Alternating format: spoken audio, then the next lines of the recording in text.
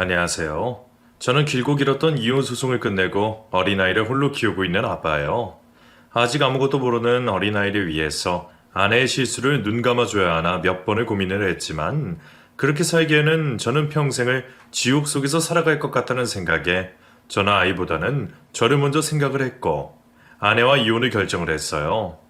어떤 선택이 옳은 선택이었는지 알 수는 없지만 지금 현재로서는 이 선택이 옳은 선택인 것 같아요. 그리고 이 선택이 옳았다는 것을 증명하기 위해서 더 열심히 살아야겠죠. 저뿐만 아니라 아이에게도 슬픔을 안겨준 아내의 이야기를 여러분에게 들려드릴게요. 아내와 저는 같은 회사에서 일을 하면서 결혼을 하게 되었어요. 직원이 10명 남짓한 작은 회사로 아내는 격리 업무를 보았고 저는 배송 담당이었어요. 저희는 출퇴근 시간도 달라서 오랫동안 대화할 시간도 그렇다고 같이 점심을 먹을 시간도 없었지만 어떻게 하다 보니 마음이 서로 오고 갔고 짧은 대화에도 서로 잘 맞는다는 것을 느꼈어요. 그래서 제가 먼저 아내에게 만나보지 않겠냐고 말을 했고 아내 역시 좋다고 말을 했어요. 저희는 평일에는 제가 늦게 퇴근을 하는 바람에 오랫동안 같이 있지 못하고 거의 주말에 데이트를 즐겨 했어요. 아내는 어렸을 때 아버지가 돌아가시고 홀어머니 밑에서 어렵게 자라서인지 누구보다 알뜰했고 가족을 먼저 생각하는 여자였어요. 저는 그런 아내의 모습이 좋았고 저희는 결혼까지 가게 되었어요. 회사가 크지 않다 보니 남들보다 월급은 많지는 않았지만 둘이 같이 벌면서 저축도 하고 문제없이 살았어요. 하지만 아내가 임신을 하게 되었고 출산휴가가 없었던 작은 회사인지라 회사를 오래 다닐 수가 없었어요.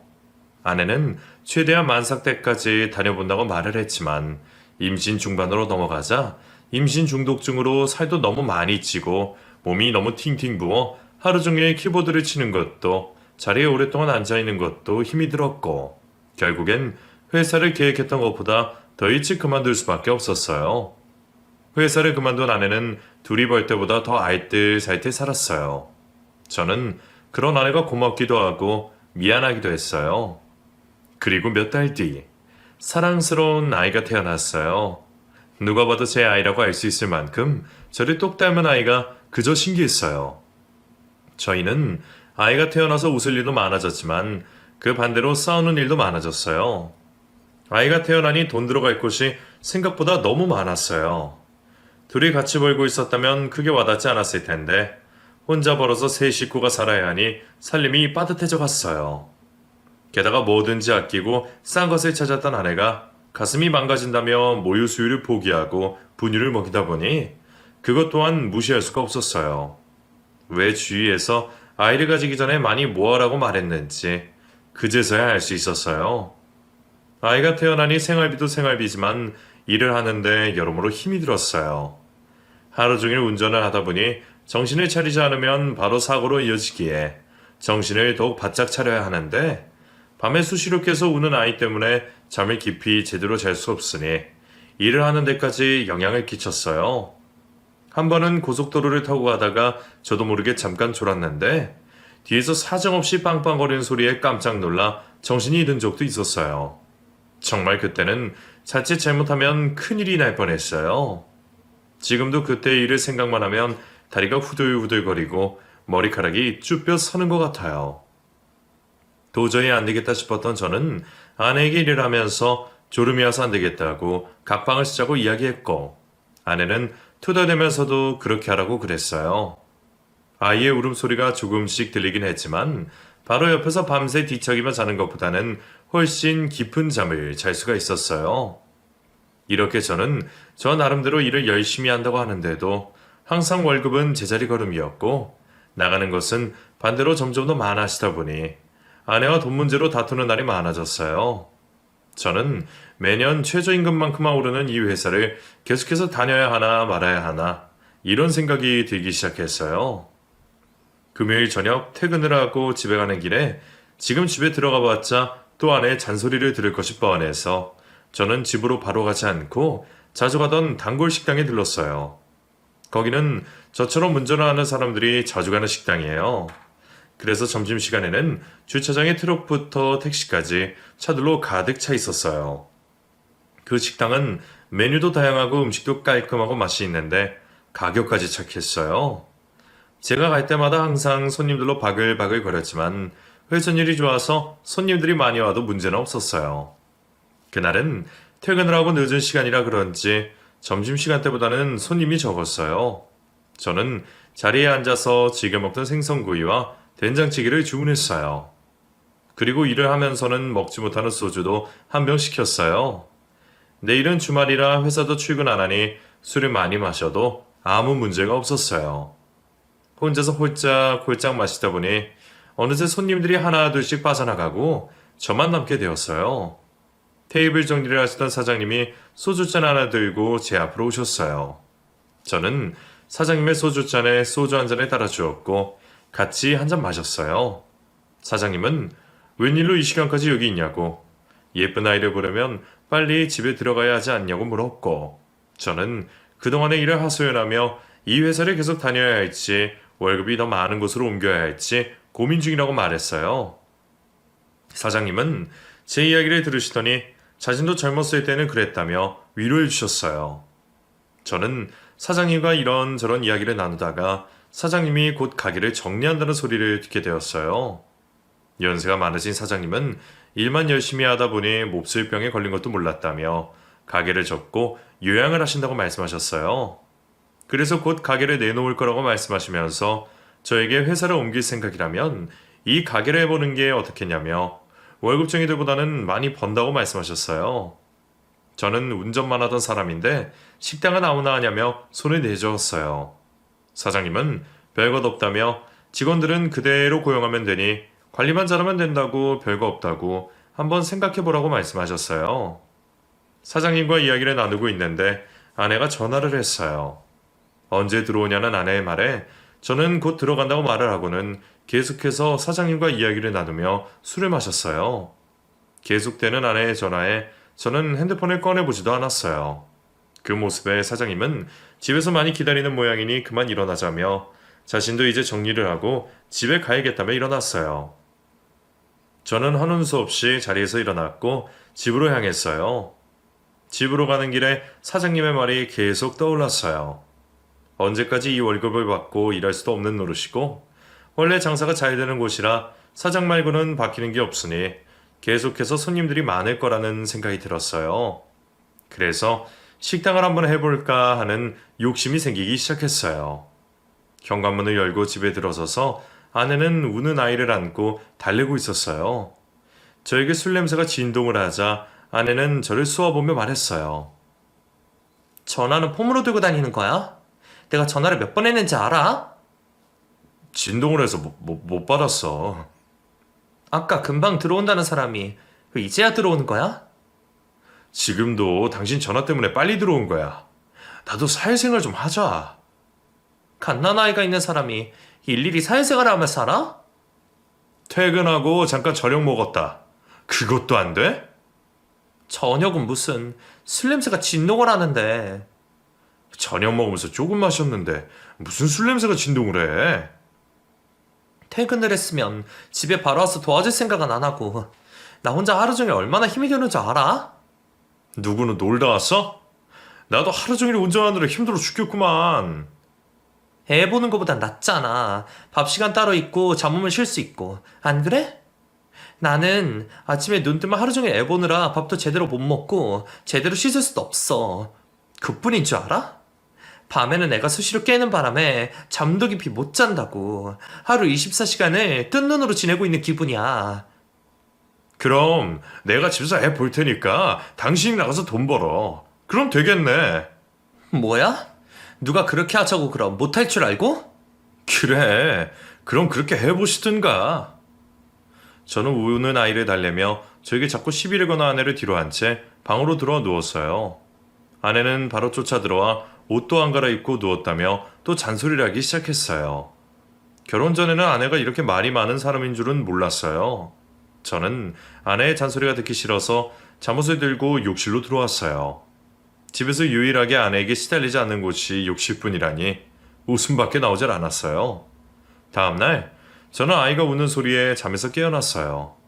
거실로 나왔더니 아내는 아이의 분유를 태우고 있었고 저는 침대에서 우는 아이를 안고 거실로 나왔어요.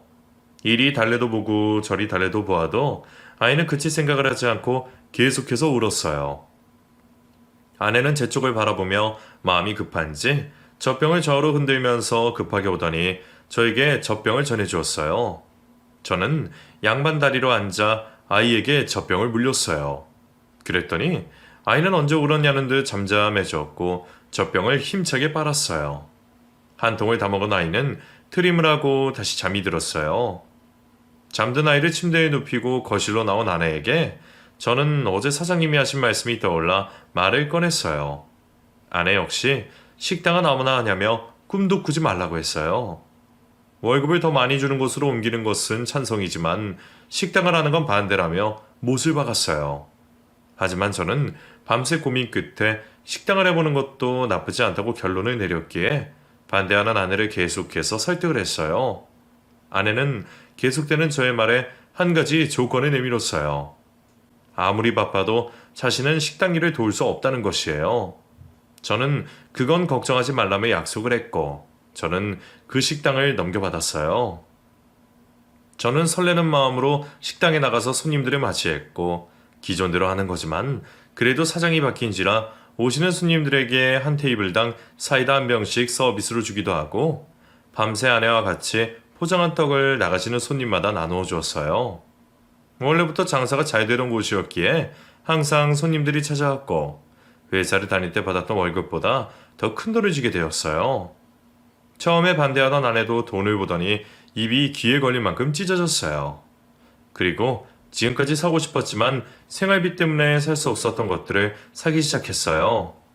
특히나 아내는 당장 필요하지 않는, 없어도 아무 문제가 없는 그런 육아용품들을 계속해서 사기 시작했어요. 검소함이 몸에 배어있는 아내는 무조건 물건을 살 때에는 최저가를 찾아 장바구니에 담아놓았고 그것도 바로 사지 않고 며칠을 고민하고 난 다음에 꼭 필요하다 싶으면 샀었어요. 저희 그 물건뿐만 아니라 아이에게 필요한 물건들도요. 하지만 지금은 그렇지가 않았어요. 처음에 저는 그 모습이 나빠 보이진 않았어요. 지금까지 저렇게 하고 싶었는데 하지 못해서 얼마나 마음이 그랬을까 그런 생각만 했을 뿐이었어요. 하지만 몇 달이 지나고 제가 알고 지냈던 아내가 맞나 싶을 정도로 아내의 과소비는 점점 더 심해졌어요. 차가 없어서 가까운 거리는 운동 삼아 걸어 다녔던 아내는 한 달에 택시비로 몇십만 원을 썼고 게다가 장모님의 집에 있는 물건들도 아내가 저와 상의도 없이 바꿔주었고 두 사람은 시시때때 만나서 맛있는 것을 먹으러 가고 옷을 사러 다녔어요. 도저히 안 되겠다 싶었던 저는 아내에게 한 소리를 했어요. 당신 여기 좀 와봐. 왜? 나 지금 바빠. 잠깐이면 돼. 와서 앉아봐. 도대체 무슨 일인데 그래? 당신 이거 좀 봐. 이게 뭔데? 당신이 지난달에 쓴 카드값. 근데 이게 왜? 보고도 아무 생각이 안 들어?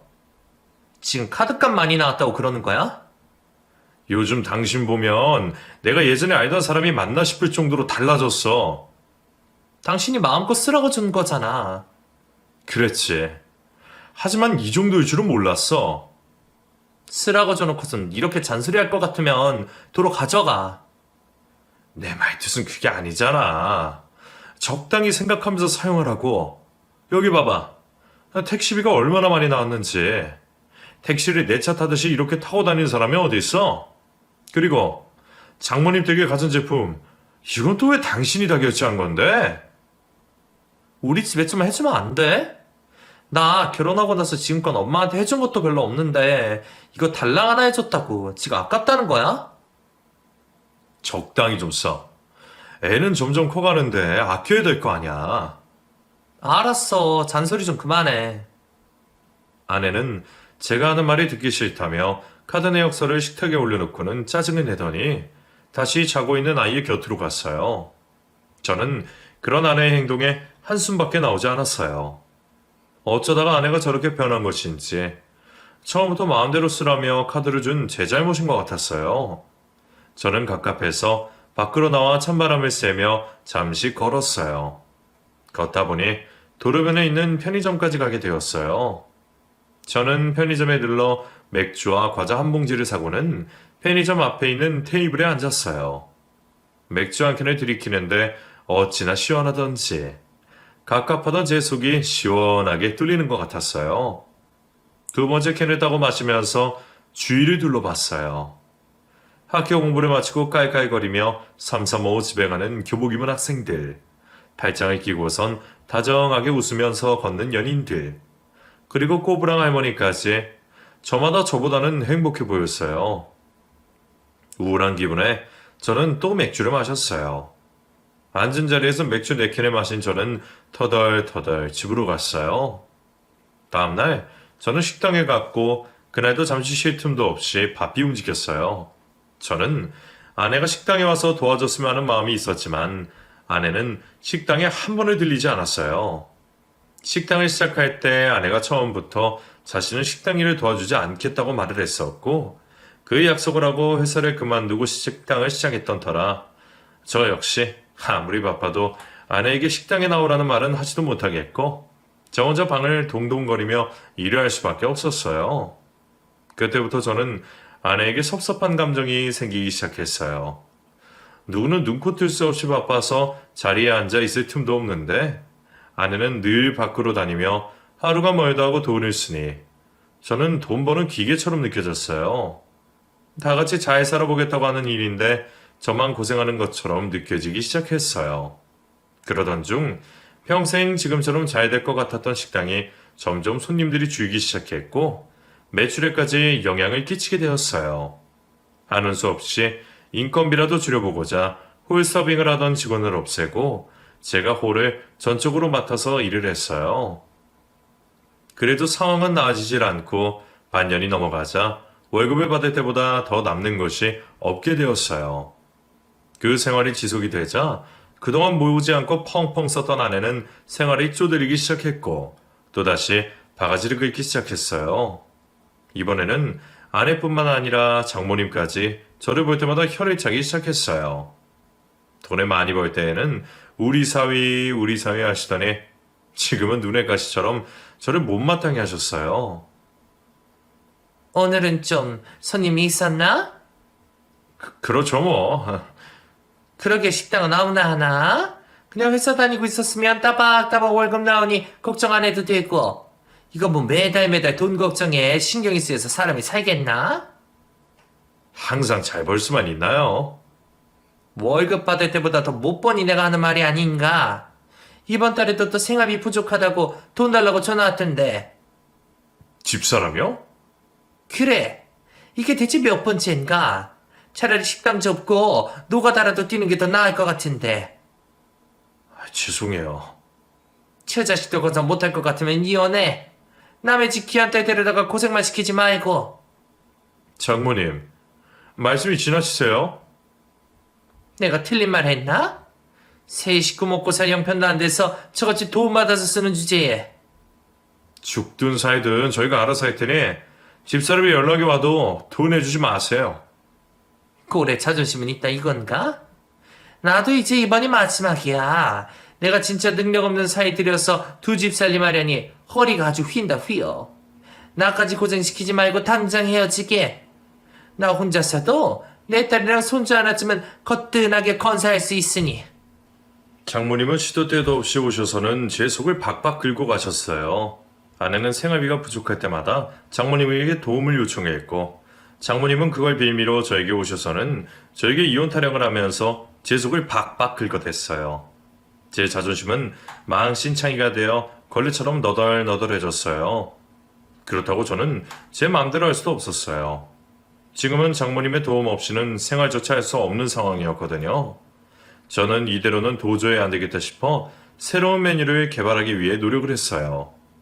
옷가지들을 챙겨와서 당분간 가게에서 생활을 하며 낮에는 장사를 하고 밤에는 비법 소스를 만들기 위해서 부단히 노력을 했어요. 저만 보면 무시하는 장모님과 저 때문에 친정이 안 쉬운 소리를 하며 힘든 생활을 하고 있는 아내를 생각하며 수십 번을 다시 하고 또 다시 하고 포기하지 않고 계속해서 도전한 결과 드디어 한층 더 좋은 저만의 비법 소스를 만들게 되었어요. 다음날 저는 오는 손님들에게 새로 만든 소스를 이용해 만든 메뉴를 선보였고 손님들의 반응은 좋았어요. 그리고 그 메뉴를 찾는 사람들까지 생기게 되었어요. 저는 뛸 듯이 기뻤고 이 소식을 아내에게 빨리 알려야겠다고 생각을 했어요. 그리고 그날 저녁 가게를 정리를 하고 들고 왔던 짐가방을 챙겨서 가벼운 발걸음으로 집으로 향했어요. 저는 늦은 시간이라 혹시나 아이가 깰까봐 조심스레 현관문을 열었어요. 집안은 아주 조용했어요.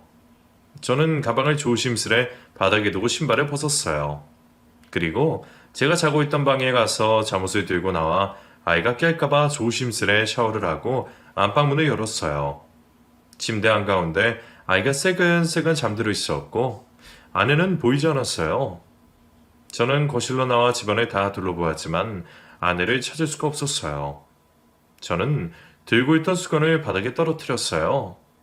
저는 아내에게 전화를 걸어봤지만 전화기는 꺼져 있었고 걱정이 된 저는 거실 창문 너머로 캄캄해진 도로를 쳐다보며 왔다 갔다 거렸어요. 그리고 몇 시간쯤 지났을까? 현관문을 조심히 열고 아내가 들어와 신발을 조심히 벗었어요. 그리고는 거실에 있던 저를 보고는 깜짝 놀랐어요. 당신이 집에 웬일이야? 당신, 어디 갔다가 지금 들어와? 어? 엄마한테. 장모님 집에는 왜? 엄마가 욕실을 씻다가 미끄러졌는데 못 움직이겠다고 그래서 잠깐 다녀왔어. 이 시간에 애를 혼자 두고? 금방 갔다 올 건데 자고 있는 애를 어떻게 데리고 가? 자다가 깨기라도 하면 어쩌려고?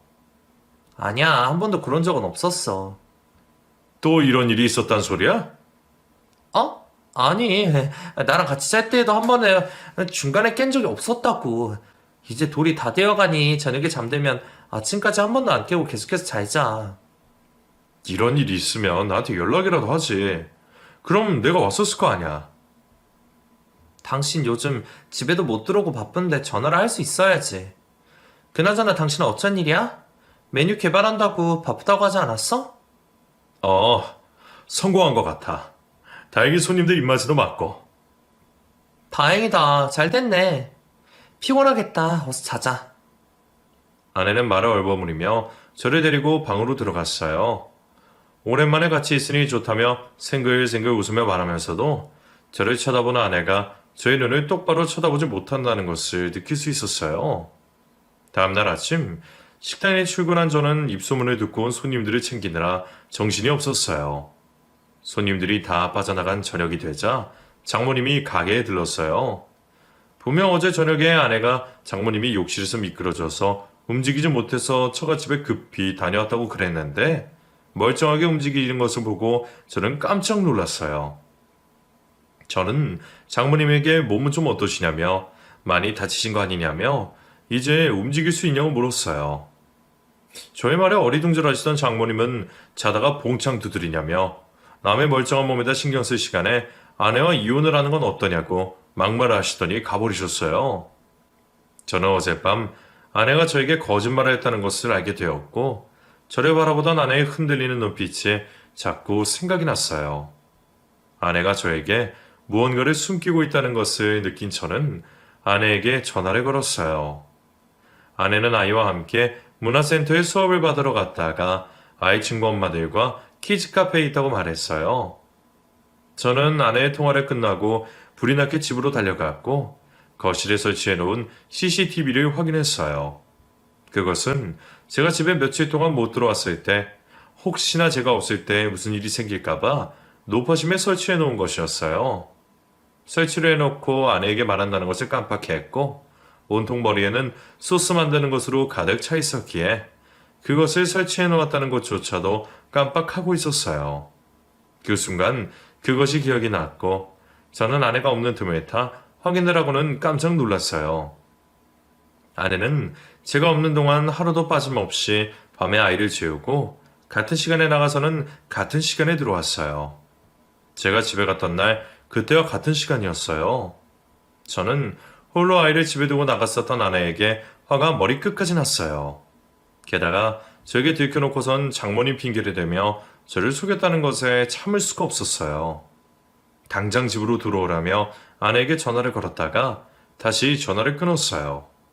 그 시간에 왜 나갔는지, 무엇 때문에 나갔는지 좀 더 확실하게 알기 위해서 참기로 하고 냉장고에서 맥주를 꺼내 단숨에 들이켰어요. 그리고는 다 마신 맥주캔을 찌그러뜨렸어요. 조금 뒤 아내가 아이와 함께 들어왔고 오늘 아이와 같이 인디언 복장을 하고 수업을 한 내용을 이야기하며 자신이 찍은 아이의 사진을 저에게 보여주며 웃었어요. 저는 웃음이 나오지 않았지만 애써 웃었어요. 다행히 아내는 저의 어색한 웃음을 눈치채지 못했는지 콧노래를 부르며 아이를 씻기고는 잠투정을 하는 아이에게 분유를 먹이고는 안방에 가서 재우고 나왔어요. 나 내일, 모레 이틀 동안 집에 못 들어올 거야. 왜? 어디 가? 식자재 때문에. 더 좋은 물건을 지금보다 더 싸게 받을 수 있는 곳이 있다 해서. 그런데 다른 지역이라 내일 식당 문을 좀 일찍 닫고 출발하려고. 그래? 그래도 잠은 집에 와서 자지. 왔다 갔다 시간도 오래 걸리고 운전하기 힘들어서 거기서 자고 일을 마무리하고 오는 게 더 낫다 싶어서 또 집에 못 들어와서 미안해. 괜찮아. 이제 애도 어느 정도 컸고 잠도 잘 자고 혼자서도 아무 문제 없으니까 걱정하지 말고 잘 다녀와. 그래. 내가 없는 동안 문단속 잘하고. 걱정하지 마. 다음날 저는 아내에게 다녀오겠다고 말을 하고 집을 나섰어요. 하루 종일 일을 하면서도 마음은 콩밭에 가 있는 듯 했어요. 캄캄해진 밤이 되고 가게를 마무리하고 문을 닫았어요. 그리고 저는 식당에서 아내가 늘 나갔던 시간을 초조하게 기다리고 있었어요. 그 시간이 어찌나 길게 느껴지던지 저는 시간이 멈춰 있는 듯 했어요. 이윽고 그 시간이 다가왔고 저는 조심스레 식당에서 빠져나와 무거운 발걸음으로 집 앞까지 걸어갔어요. 사람도 오고 가지 않는 늦은 밤 저는 어두워진 골목 전봇대 뒤에 숨어서는 아내가 나오기를 기다렸어요. 아니, 아내가 나오지 않기만을 기다렸어요. 제 바람이 간절한 것인지 그 시간이 지나도 아내가 나오지 않았고 저는 다행이다 싶어 한숨을 쉬고 돌아서는데 뒤에서 발걸음 소리가 들렸어요. 저는 깜짝 놀라 몸을 숨겼고 골목길을 걸어나가는 아내의 뒷모습을 발견했어요. 하얀색 긴 원피스에 얇은 카디건을 걸친 아내는 추운지 팔짱을 끼고 종종 걸음으로 뛰어왔어요. 저는 아내를 놓칠까 서둘러 아내의 뒤를 조심스레 밟았고 한참을 가다 아내는 어두운 골목 어귀에 세워져 있던 검정색 자동차 앞에서 걸음을 멈췄어요. 그리고 그 자동차에서 한 남자가 내렸고 그 남자는 아내에게 웃으며 다가왔어요. 그러더니 둘은 서로 껴안으며 키스를 했어요. 그 모습을 본 저는 눈이 뒤집혔고 그대로 그 둘에게 뛰어갔어요. 저는 둘을 떼어내며 그 남자의 얼굴에 주먹을 날렸고 자동차로 쓰러진 그 남자는 재빨리 일어나더니 차를 타고 주행랑을 쳤어요. 아내는 저를 보고 깜짝 놀라며 두 손을 모아 벌벌 떨고 있었어요. 저는 그런 아내의 팔을 잡아 끌고는 식당으로 갔어요. 그리고는 식당 바닥에 아내를 내팽개쳤어요. 아내는 두려운 얼굴로 저를 쳐다봤고 화가 난 저는 식당 안에 있던 잡동사니들을 눈에 보이는 대로 던지며 고함을 질렀어요. 아내는 양발을 자신의 가슴 쪽으로 끌어안더니 울음을 터뜨렸어요. 한참을 정신없이 던지다 기운이 빠진 저는 맥없이 의자에 걸터앉았어요. 아까 그 남자 뭐야? 너 내가 집에 없는 동안 매일 밤 그 남자 만나고 있었던 거야? 아니야. 오늘이 처음이야. 어디서 거짓말을 해? 진짜야. 오늘이 처음이야. 정말이야.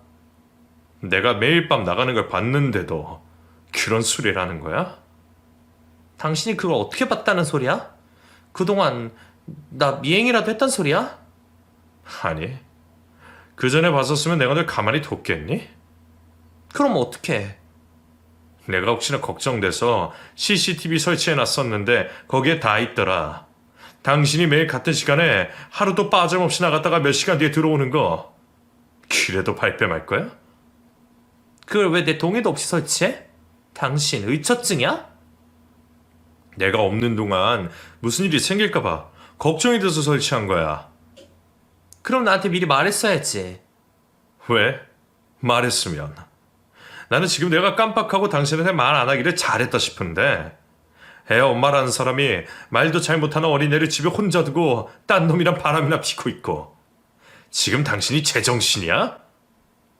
당신이 생각하는 그런 사이 아니야. 내 두 눈으로 똑똑히 봤는데도 끝까지 오리발이네. 내가 본 건 그럼 뭔데? 너는 아무 남자하고 그 짓거리 하는 거야? 그게 다야. 그 이상은 한 적 없어. 뭐? 그걸 지금 말이라고 하는 거야? 내 눈앞에서 그런 더러운 짓을 하고도 뭐가 그렇게 떳떳해?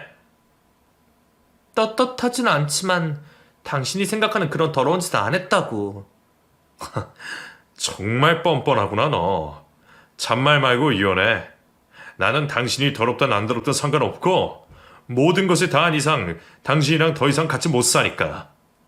당신 엄마가 그렇게 바라던 이혼 내가 해줄 테니까 너와 이혼하고 그놈을 만나든지 말든지 알아서 하라고. 여보, 우리 아이를 생각해서 다시 생각해봐. 내가 이렇게 빌게. 다시는 이런 일 없을 거야. 실수야, 실수. 당신도 살면서 실수하고 살잖아. 나도 똑같은 거야. 나도 실수한 거라고. 그 입 닫아라. 실수란 단어는 그런데 갖다 붙이는 게 아니지. 뭐? 애를 생각해서라도? 인연이 돌았네. 어디서 애를 들먹여? 그렇게 애를 생각하는 여자가 그동안 이런 짓을 하고 다닌 거야? 니년 헛소리 더 이상 듣기 싫으니까 당장 이혼하고 꺼져. 싫어. 난 이혼 못해. 나는 이혼 소송을 해서라도 이혼할 테니까 그런 줄 알아. 저는 제 다리를 붙잡고 매달리는 아내를 걷어차고는 식당 밖으로 나왔어요. 어쩜 저렇게 뻔뻔스러울 수가 있는지, 자신이 무엇을 잘못했는지 알지도 못하는 그런 인간 같지도 않은 인간과는 더 이상 말도 섞기가 싫었어요. 저는 집으로 돌아와 새근새근 잠자고 있는 아이를 보니 눈물이 왈칵 쏟아졌어요. 아무것도 모르는 이 불쌍한 아이를 위해서라도 이번 한 번만 눈 감고 넘어가야 하나. 머릿속에는 수만 가지의 생각들로 가득 찼어요. 다음날 아침, 저는 쉬고 싶은 마음이 굴뚝 같았지만 이제 다시 손님들이 모여들기 시작하는데 문을 닫을 수가 없어서 급히 식당으로 갔어요. 어제 저녁에 제가 해놓은 것들을 정리를 하려면 부지런히 움직여야 했어요. 식당 문을 열고 들어서는데 온 잡동사니가 바닥에 나뒹굴어져 있었어요. 식당 안은 그야말로 처참했어요. 그것을 본 순간 저는 어젯밤 아내와 그 남자가 키스하는 것이 떠올라 순간 또 화가 치밀어 올랐어요. 바닥에 있던 냄비를 발로 뻥 하고 차버렸어요. 아무것도 하기가 싫었었고 멍하니 앉아 있었어요. 잠시 의자에 앉아있던 저는 다시 멘탈을 다시 쥐어잡고는 일어나 식당 안을 정리하기 시작했어요. 다행히 직원들이 도착하기 전에 모든 것을 정리를 했고 손님들을 맞이할 수가 있었어요. 저는 식당 일을 하면서도 아내와는 이혼을 하기 위해서 변호사를 만났어요. 아내가 합의 이혼은 절대로 안 된다고 버티는 바람에 어쩔 수 없이 소송을 준비하고 있었어요. 그렇게 안팎으로 바쁘게 보내고 있는 동안 식당으로 한 손님이 찾아오게 되었어요. 그 손님은 제가 새롭게 만든 메뉴를 맛보기 위해서 멀리서 왔다고 말했어요.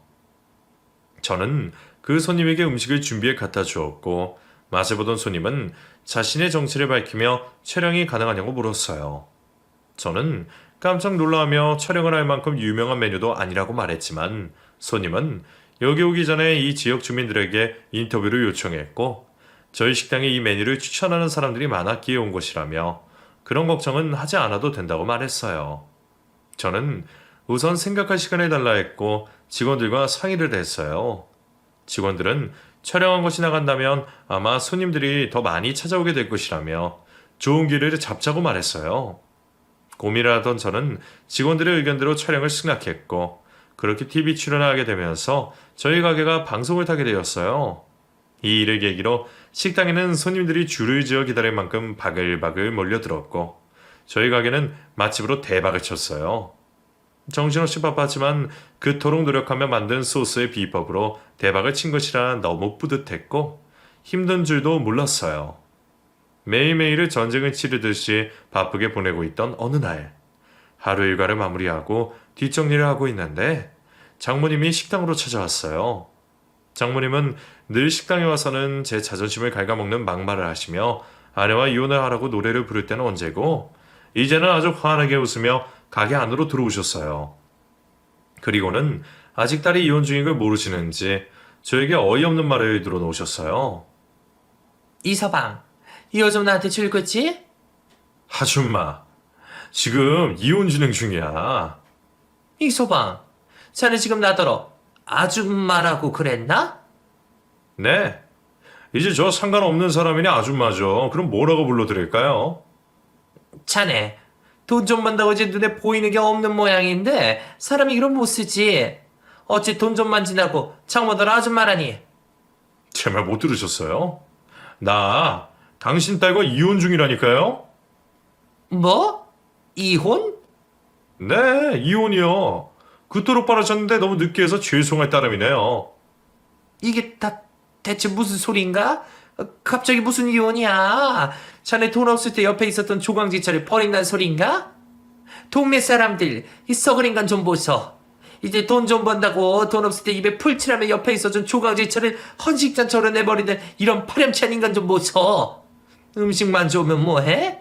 사람이 인간 말종 쓰레기인데. 아이고 불쌍한 내 딸 이렇게 이용만 당하고 버려지는구나. 아이고. 인간 말죠? 지나가던 개가 웃겠네요. 나중에 후회하지 마시고 그만 돌아가세요. 지금 이러고 있는 거 당신 딸한테만 더 안 좋을 뿐이야. 나한테 이래라 저래라 하지 말고 당신 딸이나 간수 잘하시라고요. 내 딸이 뭐 어때서? 너 만나서 고생만 한 내 딸이 왜? 그런 딸 때문에 이혼을 하는 거니까 거기 가서 물어보세요. 내 입으로 그 더러운 이야기 다시 하고 싶지 않으니까. 저는 장모님이 지금까지 저를 개무시하며 깔맞던 지난 날들이 주마등처럼 지나갔어요. 지금보다 더 퍼부을 수 있었는데 참았어요. 장모님은 저의 모습에 잠깐 놀라셨는지 가만히 있으시다가 후다닥 가게 밖으로 뛰어나가셨어요. 저는 너무 어이가 없어서 멍하니 앉아있다가 정신을 차리고 옆에 있던 사이다와 술을 냉장고에 정리해서 넣었어요. 모든 것을 다 정리를 한 저는 가게 안에 한 번 더 훑어보고선 가게 열쇠를 들고 퇴근을 하려 하는데 그 순간 가게 문이 열리더니 장모님이 아내를 끌고 들어왔어요. 아내는 장모님에게 시달리다가 왔는지 머리카락이 다 튀어나온 채 산발이 되어서는 얼굴이 빨갛게 달아오른 눈물로 범벅이 되어 있었어요. 장모님은 그런 아내를 저에게 강하게 미쳤고 아내는 제 앞으로 내동댕이 쳐져 바닥에 주저앉고 말았어요. 장모님은 아내에게 차마 입에 담을 수 없는 욕을 하며 어서 저에게 잘못했다고 싹싹 비를 하고 고함을 질렀어요. 아내는 울면서 저에게 용서해달라고 빌기 시작했어요. 저는 어이가 없었어요.